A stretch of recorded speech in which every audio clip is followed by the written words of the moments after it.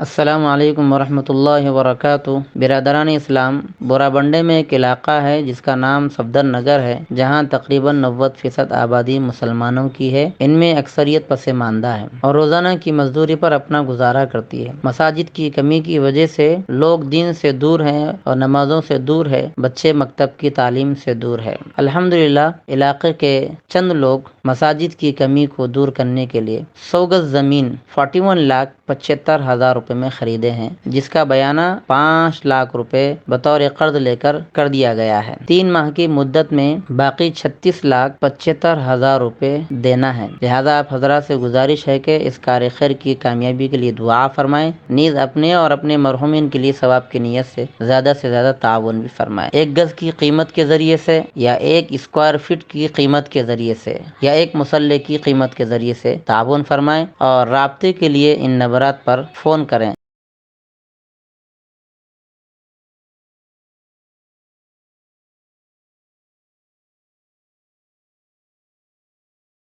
رب العزت نے فرمایا یرفع اللہ الذین آمنوا منکم والذین اوتوا العلم درجات۔ اللہ تعالیٰ اہل ایمان کے درجے بہت بلند کیا ہے، کیونکہ ایمان ہی اللہ کے تقرب کا اور اللہ کی قبولیت کا سبب ہے۔ ایمان کے بغیر کسی انسان کی کتنے اچھائیاں اور خوبیاں اور کمالات ہوں، عند اللہ اس کی کوئی قبولیت نہیں ہے۔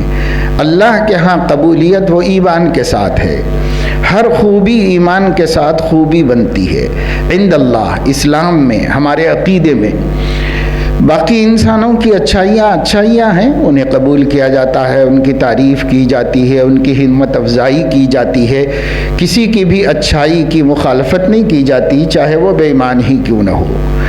لیکن اللہ کے ہاں جس عمل کا اعتبار ہوتا ہے وہ خوبی ہے جس میں ایمان کی روشنی ہو۔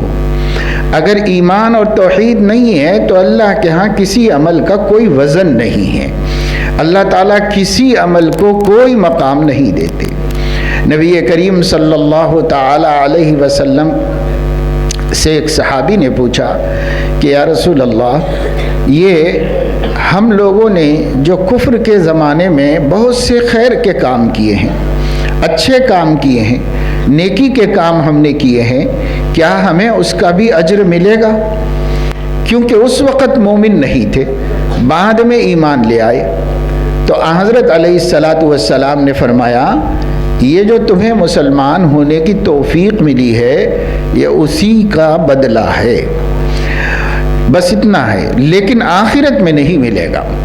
اللہ تعالیٰ نے ان کی اچھائیاں قبول کر کے انہیں ایمان کی توفیق دے دی بس، لیکن آخرت کا جو اجر ہے وہ ایمان کی بنیاد پہ ملتا ہے۔ اس لیے ایمان سب سے بڑی چیز ہے اور اس کی حفاظت سب سے بڑا مسئلہ ہے۔ اس دور میں جو چیز سب سے زیادہ مسلمانوں کے لیے گمبھیر، خطرناک اور خوفناک ہوئی ہے، جس کو عربی میں فتنتن کہتے ہیں، اردو میں فتنہ فساد کو کہتے ہیں، لیکن عربی میں فتنہ سخت مشکل اور گھبراہٹ میں ڈال دینے والی چیز کو کہتے ہیں۔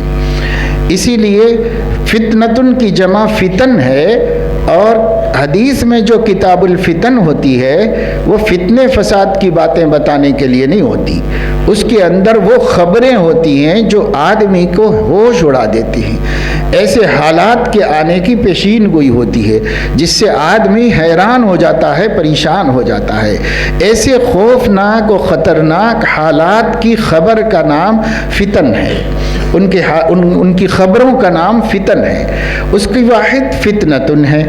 تو ہم لوگ جس فتنے سے اس وقت میں گزر رہے ہیں وہ سب سے خوفناک فتنہ ہے، سب سے خطرناک فتنہ ہے، جس کے بارے میں حضرت عمر رضی اللہ تعالی عنہ نے فرمایا سمندر کی موجوں سے زیادہ خطرناک، سیلاب سے زیادہ خطرناک، ہلاکت خیز فتنے وہ کیا ہے؟ وہ فتنہ ہے ہمارے عقیدہ توحید کی حفاظت کا مسئلہ۔ اس زمانے میں عقیدہ توحید مسلمانوں کا خطرے میں پڑا ہوا ہے۔ مسلمان تو ہیں لیکن خود نہیں جانتے کہ اسلام کیا ہے، بس مسلمان ہیں، برائے نام مسلمان ہیں، ہم مسلمان ہیں، ہم مسلمانوں کے گھروں میں پیدا ہوئے ہیں، ہم خاندانی مسلمان ہیں، لیکن ہمیں نہیں پتا ہے کہ اسلام کیا ہے، ہمیں نہیں پتا ہے کہ ایمان کی حقیقت کیا ہے۔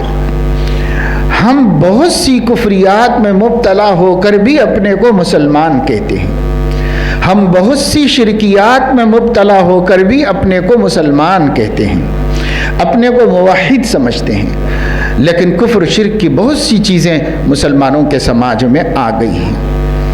اور اب ایک ایسا وقت ہمارے سامنے ہے کہ NEP کے ذریعے سے مرکزی حکومت پورے ہندوستان کا سسٹم آف ایجوکیشن چینج کر دینا چاہتی ہے، تبدیل کر دینا چاہتی ہے، اور بہت جلد کرنا چاہتی ہے۔ اس کے چینج ہو جانے کے بعد، اس کے تبدیل ہو جانے کے بعد، ہندوستان کا ہر بچہ شرک کے ماحول میں پرورش پائے گا، ہر بچہ شرک کے ماحول میں پرورش پائے گا، اس لیے کہ ایک طرف RTE کے ذریعے سے ہر بچے کو پڑھانا ضروری ہوگا، اور دوسری طرف NEP کے ماتحت اسی ماحول میں بچے کو پڑھنا ہوگا۔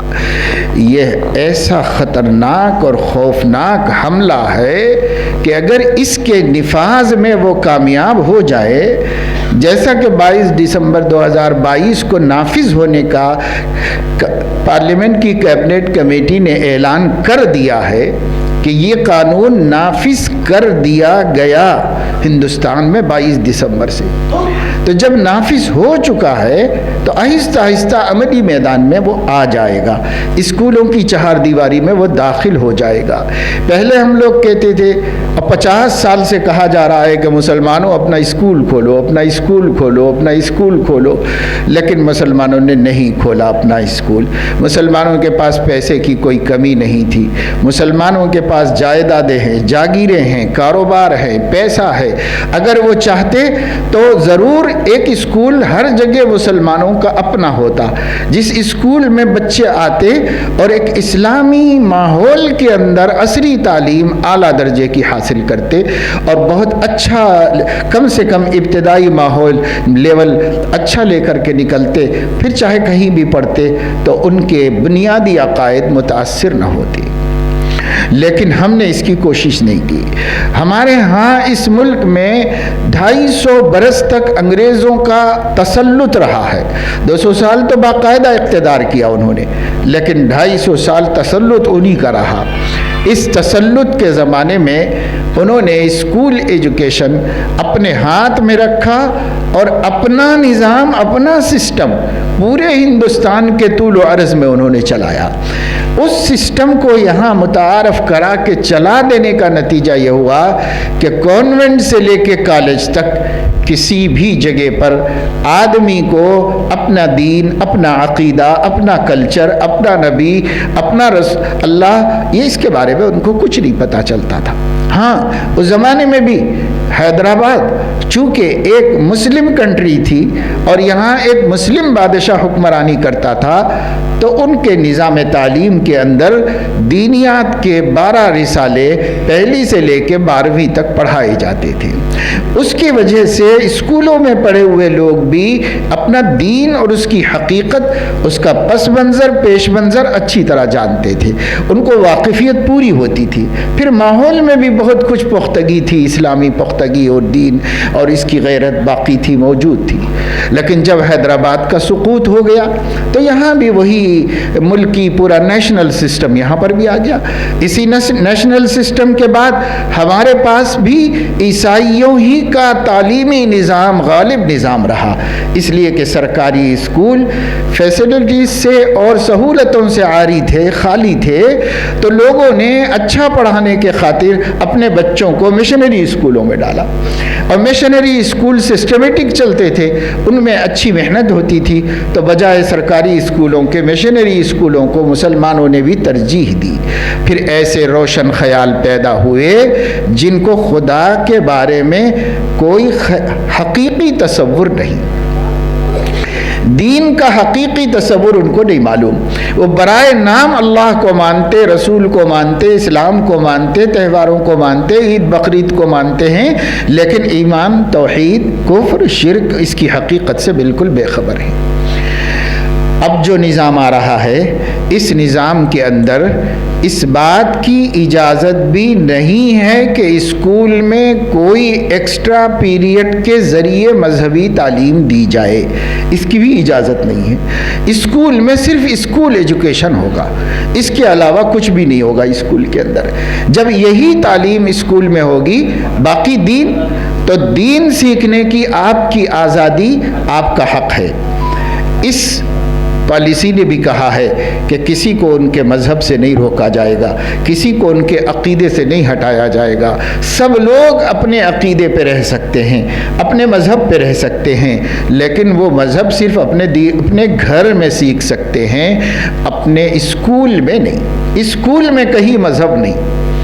السلام علیکم ورحمۃ اللہ وبرکاتہ. برادران اسلام، بورا بنڈے میں ایک علاقہ ہے جس کا نام صفدر نگر ہے، جہاں تقریباً 90% آبادی مسلمانوں کی ہے. ان میں اکثریت پسماندہ ہے اور روزانہ کی مزدوری پر اپنا گزارا کرتی ہے. مساجد کی کمی کی وجہ سے لوگ دین سے دور ہیں اور نمازوں سے دور ہے. بچے مکتب کی تعلیم سے دور ہے. الحمدللہ علاقے کے چند لوگ مساجد کی کمی کو دور کرنے کے لیے 100 گز زمین 41,75,000 روپے میں خریدے ہیں، جس کا بیانہ 5 لاکھ روپے بطور قرض لے کر دیا گیا ہے. 3 ماہ کی مدت میں باقی 36,75,000 روپے دینا ہے. لہذا آپ حضرات سے گزارش ہے کہ اس کار خیر کی کامیابی کے لیے دعا فرمائیں، نیز اپنے اور اپنے مرحومین کے لیے ثواب کی نیت سے زیادہ تعاون بھی فرمائیں. 1 گز کی قیمت کے ذریعے سے، یا 1 اسکوائر فٹ کی قیمت کے ذریعے سے، یا 1 مسلح کی قیمت کے ذریعے سے تعاون فرمائیں، اور رابطے کے لیے ان نمبرات پر فون کریں.